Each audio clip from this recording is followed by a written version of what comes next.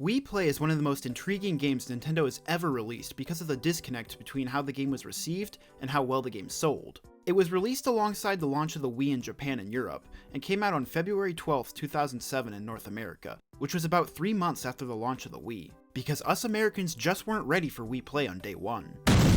It received extremely mediocre reviews on release, and was a very whatever game. It's a game that people don't talk about very often when talking about the Wii's library, despite the fact that a massive portion of people who owned a Wii picked up a copy of Wii Play at some point. Despite being seen as extremely mediocre, Wii Play still managed to become one of the best-selling Wii games. It's been pushed down the list over the years as more and more games come out, but for a while, it had a very high spot on the list of best-selling games of all time. How the hell did a game with a Metacritic score like this and barely had any lasting legacy and is barely talked about today sell so well? Were reviewers and the general public just being stupid and couldn't recognize the genius of Wii Play?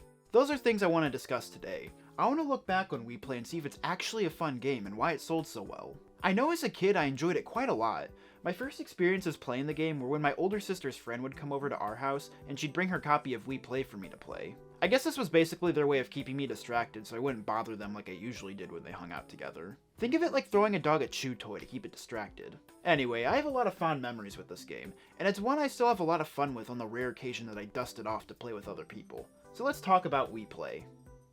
Let's jump straight into it. Why did Wii Play sell so well? There are two main reasons for this. For starters, the Wii's user base was filled with casual enjoyers of video games. People who had little experience with games or had never played a video game at all prior to the Wii. They saw the simple, easy to understand fun of Wii Sports, bought a console to play Wii Sports, and then wanted more of whatever Wii Sports was. Basically, they wanted more easy pick up and play games that mostly revolved around moving the Wii remote around to control things, without having to memorize a bunch of button inputs. The Wii series in general sold really well because it scratched that specific itch, but there is one other reason that Wii Play was flying off of store shelves. Wii Play sold for $50, which was the standard price of Wii games, but it also came with a Wii remote. When you consider the price of a Wii remote, yeah, it's no wonder this game was such a massive success. It's basically a $10 game. Imagine going to the store because you want to pick up a second Wii remote and you see that for an extra $10, you can pick up not only a new controller, but a whole ass new game from the same series as Wii Sports. It was really a no-brainer,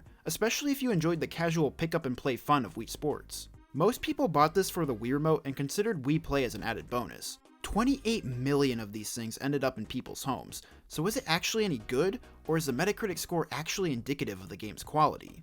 Let's find out. Here's the main menu where we can choose from 9 different minigames. When you first boot up the game, you have to unlock them one by one. You start off with just one, and after you play it, you unlock the next one until you have all 9. The minigames in Wii Play differ quite a lot from Wii Sports. They're even simpler experiences, but more importantly, they control differently. Wii Sports mostly relied on the motion controls, while Wii Play focuses more on the pointer controls. The motion controls are definitely more important to the Wii's identity, so Wii Sports was for sure the better pack-in / launch game since it justified you dropping $250 on this thing. But the pointer controls are also a really important aspect of the Wii, and Wii Play does a fantastic job at showcasing the pointer controls of the Wii remote, making it a great game to have at or close to launch. The first game is Shooting Range, a spiritual successor to Duck Hunt on the NES where you point the Wii remote to shoot various targets. There are 5 different stages that all have different things to shoot. You start off by shooting balloons, and then move on to targets, clay pigeons, cans, and eventually UFOs. The can section was always one of my favorites because of how they bounce back up into the air when you shoot them, and you'll find yourself trying to juggle a bunch of cans in the air at the same time to rack up a bunch of points, and it's really satisfying. The UFO section was also a super memorable one where you blast UFOs to save your Miis from getting abducted. It always made me laugh as a kid because of the way the Miis would run around as the UFOs tried to take them. I remember just sitting there and letting the UFOs take the Miis because I thought it was funny watching them run around screaming because I was a sadistic little shit. I feel like this game could benefit from some kind of challenge mode, where you lose a point whenever you miss a target so that you actually have to take the time to aim and not just move the cursor all around the place and spam the trigger. A lot of these minigames in general feel like they're missing modes, but we'll talk more about that later. Overall, Shooting Range is a simple and satisfying point and shoot, and it's pretty addicting and super fun to chase high scores. We're off to a very strong start. Hopefully this next game can keep the momentum up.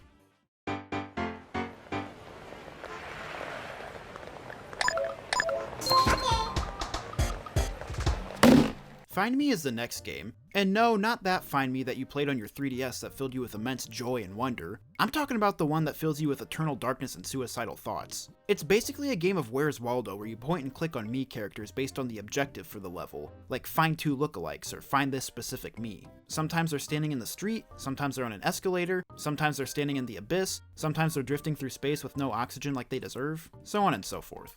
You might be thinking, Aaron, this seems like the most non-offensive game ever. Why are you being so critical of it? It just sucks, man. It starts off as an insultingly easy game of I Spy, and then gets progressively harder until you have to find some generic-looking me and a clusterfuck of moving other me's, and it gets way too hard and not fun. Now someone is probably saying, sounds like a skill issue to me. You can't just criticize a game based on you sucking. Maybe you should... Table tennis is the next game, and this is what I call an actual game. You point the Wii Remote back and forth to keep a rally going as long as possible. It's a lot like the return challenge in Wii Sports Resort, except you're not swinging the Wii Remote to hit the ball, it hits the ball automatically. The goal is to get to 100, and then the game stops your rally for some reason, but after hitting 100 for the first time, you're free to keep the rally going for as long as you can. I like this little detail where the longer you keep a rally going, the more Miis will crowd around the table and watch as if they're like, wow, this guy's pretty good at Wii Play table tennis, I'd sure suck his dick. Whoa, one at a time, guys. It's a pretty solid minigame. It's not usually the first thing I boot up when I pop in Wii Play, but it's a pretty good time. It's a lot more fun in multiplayer mode, where it functions more like an actual game of table tennis, and it can get quite competitive with the right group of people. Overall, I have a pretty good time with this one. I can't say the same thing about Pose Me. Pose Me is a goofy one. You control your Mii with the pointer, and you cycle through different poses to match the poses in the bubbles on screen. On top of pointing, you have to twist the Wii Remote to get the poses to match. That's pretty much it for this one. I never cared much for this minigame, but for whatever reason, it always stuck in my head the most as a kid. This was one of the games that popped in my head first when I thought of Wii Play, even though I don't even remember liking it much as a kid. I guess it's just because of how weird and random it is. It has these pictures in the background that are just highly relevant to what you're doing. It's a very quirky minigame.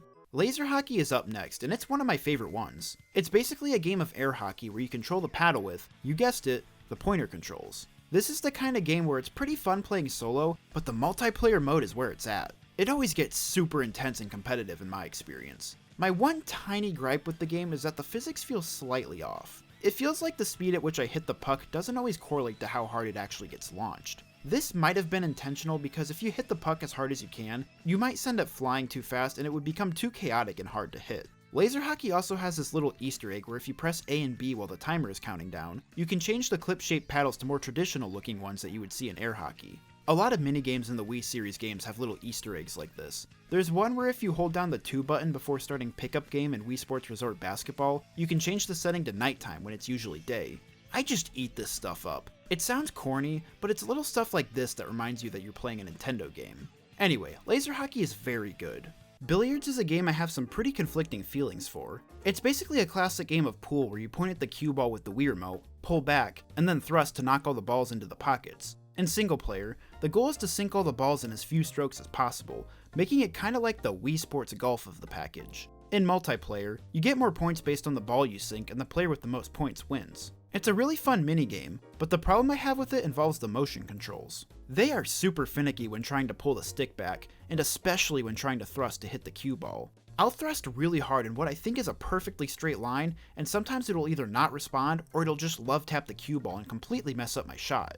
I thought it could just be a skill issue for me and maybe there's something I was missing, but I've seen plenty of people bring up the wonky controls too, so I know I'm not the only one. It can be a little frustrating, but when it works, this game is a really good time. The next game is a type of game I will always have a soft spot for, and that's fishing. I love fishing in any video game. It's always so relaxing. Wii Play Fishing is a lot like the fishing game in AR games on 3DS. You point the Wii Remote to move the fishing rod around a small pond, and as soon as you feel a bite, you pull the Wii Remote up to yank the fish out. I don't know why these fish are biting a raw-ass hook. Seems a bit unrealistic. You should always bait your hooks, guys. I have plenty of bait for sale at my new shop. Come check it out. The controls can feel a little awkward at first, but I got the hang of it pretty quickly. It's yet another relaxing fishing game from Nintendo, and I have a lot of nostalgia for this one. Ladies and gentlemen, I present to you the most out-of-place game in Wii Play, Charge. This game has you riding a knitted cow that looks like it's seen some things, and you tilt the controller to run over as many scarecrows as possible and jerk the controller up to jump over hurdles. No pointer controls are used in this one, making it stick out quite a lot. Now, the game never advertises itself as a game all about the Wii's pointer controls, but that's just the vibe of the game, considering 8 of the 9 games revolve around this functionality. Charge utilizes the motion controls by having you tilt the Wii remote, so it's the type of game I'd expect to see in Wii Play's sequel, Wii Play Motion. That game mostly uses tilt controls, which are more precise since it requires the Wii Motion Plus accessory, which I think Charge could have benefited from. It's an oddball game in Wii Play for sure, but it's pretty fun though. Tanks is the last game in Wii Play, and this one is for sure a fan favorite. It's probably the most popular minigame in the collection. The gameplay is very similar to the Atari game Combat. You control a little tank around a small arena and try to destroy enemy tanks by pointing the Wii remote to shoot and also placing mines. Projectiles can even ricochet off walls, so you can snipe opponents around walls as well as just catch them off guard. This is another one of those games that is fun to play single player, but the real fun lies in the multiplayer mode. I remember me and my friend getting super into this back in the day. Tanks can be played with just a Wii remote, but it can be really awkward to control with the D-pad while trying to press other buttons to shoot and stuff. So you can actually plug in a nunchuck and it makes the experience way better.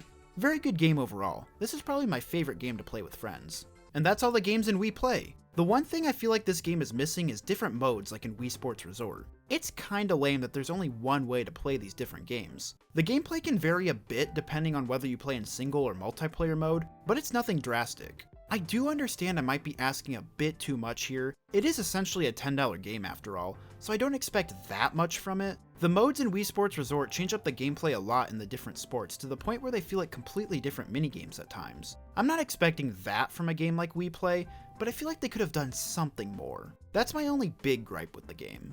Overall, it's a very simple minigame collection mostly dedicated to showcasing the pointer controls, and I think it does it really well. The pointer functionality improved the controls of a lot of Wii games. Since Wii Play came out at the very beginning of the Wii's life, it gets your mind racing with all the ways the pointer will be able to be used in the future. Is the game actually fun? Well, I enjoy it. I enjoy it a lot, actually. It's the type of game I still get the itch to play on occasion whenever I fire up my Wii, and it's one of the first games that comes to mind when I want to play my Wii with friends along with Wii Sports and Wii Sports Resort. These games are so fun to play with others. They're so simple, but they can get so competitive in my experience. It's a very fun game, even if it's extremely simple. The simplicity is something I embrace about it, actually. If I'm exhausted one evening and I don't feel like playing something too complex, it's such a good pick up and play game, and it's fun to just shoot for high scores. Now, did this game deserve to sell over 28 million units and become one of the best-selling games of all time? Well, I wouldn't say it deserved it. It always has to be kept in mind that this game came bundled with a Wii remote, and that's why the majority of people picked this game up. With Wii remotes being $40 on their own and Wii Play being $50, it's basically a $10 game, and honestly, what you get with this game is worth that, even without the different modes for each of the games.